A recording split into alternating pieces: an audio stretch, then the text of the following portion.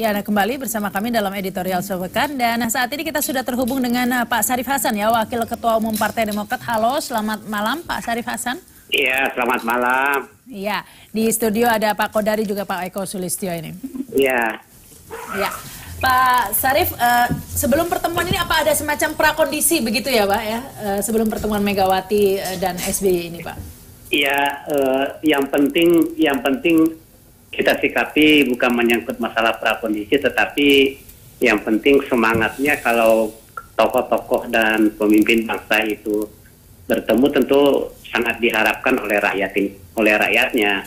Ya. Karena apa? Karena dengan bertemunya tokoh-tokoh bangsa ini tentunya akan dapat saling mengisi untuk bagaimana agar bangsa kita ke depan itu tentunya akan lebih bagus.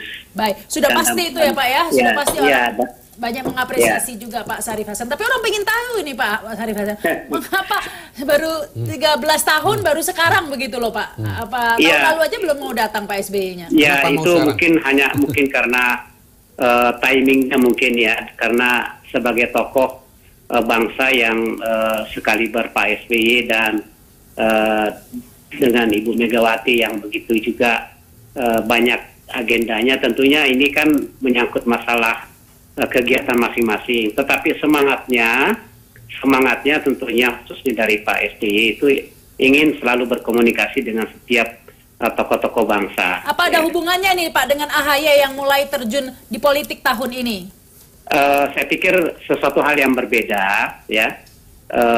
AHY dengan figur dia sendiri sebagai generasi penerus tentunya, karena kan generasi penerus kan harus selalu ada ya kan, dan sebagai tokoh-tokoh bangsa yang sebagai mantan presiden tentunya bagus kalau bertemu dan tentunya setiap pertemuan itu akan berdampak positif terhadap bangsa dan negara. Ya, ini ada Pak Kodari juga nih. Ya. Silakan mungkin Pak Kodari. Ya, pertama sih saya berterima kasih nih Pak SBY mau datang Pak pada hari ini ya. Kira-kira tahun depan akan datang lagi nggak Pak? Bisa nggak kita berharap bahwa tahun depan akan datang lagi? Kok jadi pertanyaan? Tentunya kalau sesuatu yang sudah diawali dengan bagus, pasti akan lebih bagus kalau itu terpelihara dengan baik. Dan itu merupakan satu konsekuensi, sesuatu yang awal yang bagus ya tentunya akan diawali dan diakhiri tentunya akan lebih bagus juga. Ya. Tidak boleh ada kevakuman dalam hal ini. Nah, lagi-lagi ini tergantung daripada jadwal dan momen. Ya. Nah, kalau momen seperti 17 Agustus kan ini kan satu momen yang sangat bersejarah bagi bangsa. Pas ya Pak momennya ya. Saya punya pertanyaan kedua Mbak, boleh ya? Ya. Ada yang pernah bilang bahwa Pak SBY sebelumnya tidak berkenan dengan pakaian adat, tapi beliau tadi dah hadir dengan pakaian adat. Kira-kira kenapa? Apa betul dan kenapa kira-kira Pak? Mau bersedia? Tapi ternyata Pak SBY itu kan berpakaian adat, berarti rumor itu tidak betul. Iya. Nah, jadi saya pikir setiap sesuatu kejadian yang sangat berarti biasanya juga ada rumor-rumor yang tidak betul ya. Tetapi yang faktanya adalah bahwa Pak SBY datang dengan pakaian adat. Saya pikir itu satu hal yang positif sekali buat bangsa juga. Ya, saya mengucapkan terima kasih Pak, karena saya orang Palembang, jadi tadi beliau pakai baju Palembang. Cuman kurang satu Pak. Kita ini satu apresiasi dari Pak SBY kepada rakyat dan bangsa. Kurangnya apa nih Pak Kadari? Kurangnya topinya Pak, ada topinya Pak. Jadi kalau tahun depan beliau pakai lagi nanti bilang sama saya akan carikan topinya. Topinya mestinya tidak seperti ini. Terima kasih. Nah, tapi Pak Syarif kembali lagi nih, apakah ini tadi ada mengatakan kemungkinan ya lanjut lah ya hubungan ini terus begitu komunikasi dibangun. Apakah ini juga berlanjut dengan dukungan Partai Demokrat begitu ke Jokowi atau lebih lanjut begitu bahkan akan mendukung begitu sampai masuk kabinet begitu Pak? Pada dasarnya kan posisi Partai Demokrat tetap tidak berubah sampai dengan 2019.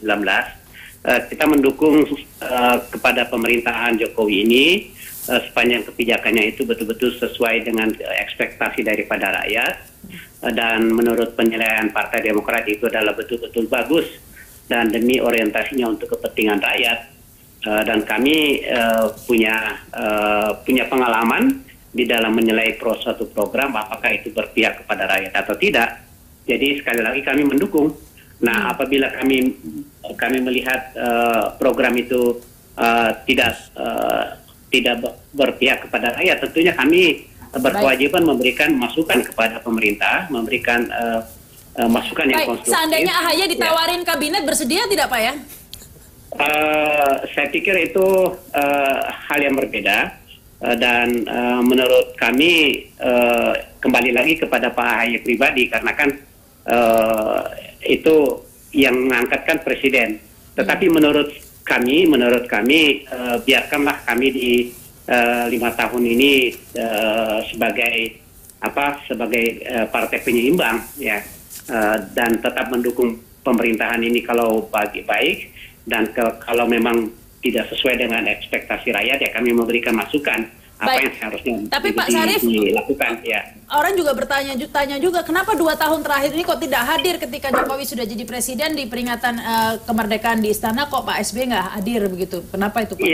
Iya kebetulan begitu Pak SBY tidak sebagai presiden, banyak permintaan dari rakyat untuk hadir di setiap momen yang dilakukan oleh baik dari partai maupun dari pemerintahan daerah. Ya, sehingga khususnya dari Pacitan tentunya ada kerinduan dari rakyat Pacitan ingin selalu bertemu dengan Pak SBY, dan kebetulan pada saat selesainya sebagai presiden ada permintaan dari Pacitan untuk hadir dalam momen 17 Agustusan, dan ini merupakan satu juga penghargaan Pak SBY kepada rakyat Pacitan. Ya itu kalau momen 17 Agustus, tapi di momen-momen lain juga jarang ketemu, bahkan kesannya agak kucing-kucingan loh Pak, di seminar begitu. Nanti kalau Megawati sudah pulang baru SBY-nya datang begitu Pak. Enggak, sangat keliru. Ini sekali lagi seperti saya sampaikan sebelumnya, ini disebabkan oleh karena agenda yang begitu padat, dan kebetulan pas timingnya tidak tepat, dan juga sudah ada satu komitmen bahwa akan dihadiri, sehingga acara ini berbenturan. Nah tentunya first in first come ya kan ya, first come first service. Jadi siapa yang sudah datang minta konfirmasi itu yang menjadi prioritas, saya pikir itu. Dan tentunya harapan kita tentunya bahwa setiap momen 17 Agustusan ini merupakan. Tapi kemarin sempat bincang-bincang nggak Pak sih sebenarnya, karena yang ada beredar fotonya salaman saja, tapi bincang-bincang sempat nggak Pak? Oh ya, kalau sudah salaman pasti ada perbincangan, pasti ada, ya kan? Pasti ada, ya kan, seorang apalagi di momen seperti itu, saya pikir pemimpin kalau bersalaman tentunya harus ada pembicaraan yang sangat baik buat bangsa ini, saya pikir itu, karena masing-masing kan punya pengalaman yang tentunya sangat berharga untuk menjadi masukan bagi pemerintahan, saya pikir itu. Baik. Terima kasih ini Pak Syarif Hasan. Ya. Selamat malam. Terima kasih. Assalamualaikum warahmatullahi wabarakatuh. Waalaikumsalam warahmatullahi wabarakatuh. Ya, itu tadi ya diplomatis ya, tapi publik sudah bisa melihat rivalitas sebenarnya di antara kedua ini. Jadi kalau kita runtut ke belakang kan memang Bu Mega kan kecewa berat lah dengan Pak SBY pada tahun 2004, dianggap tidak kulunun, atau persisnya begini. Kalau informasi kita dengar ya, Bu Mega mengajak Pak Pak SBY untuk menjadi calon wakil presidennya. Nah, Pak SBY tidak mau begitu. Ketika tanya mau maju, bilangnya enggak. Tahu-tahu maju. Jadi ya timbul perasaan apalagi kecewa. yang mengorbitkan, maksudnya ketika di zaman Gus Dur sempat diberhentikan begitu ya menjadi menteri, justru Megawati yang mengangkat kembali. Betul. Kita harus break dulu nih. Kita lanjutkan lagi Mewisat setelah pesan-pesan berikut ini, kami segera kembali.